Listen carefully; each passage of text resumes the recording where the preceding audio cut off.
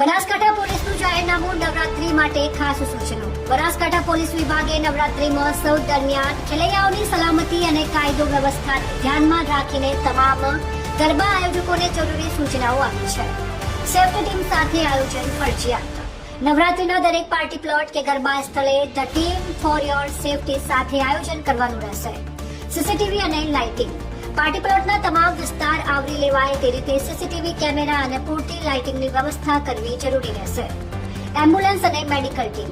ખેલૈયાઓને તાત્કાલિક મદદ મળી રહે તે માટે એમ્બ્યુલન્સ તથા સીપીઆરની સારવાર કરી શકે તેવા જાણકાર લોકોની ટીમ સ્થળ ઉપર હાજર રાખવી ફરજિયાત રહેશે.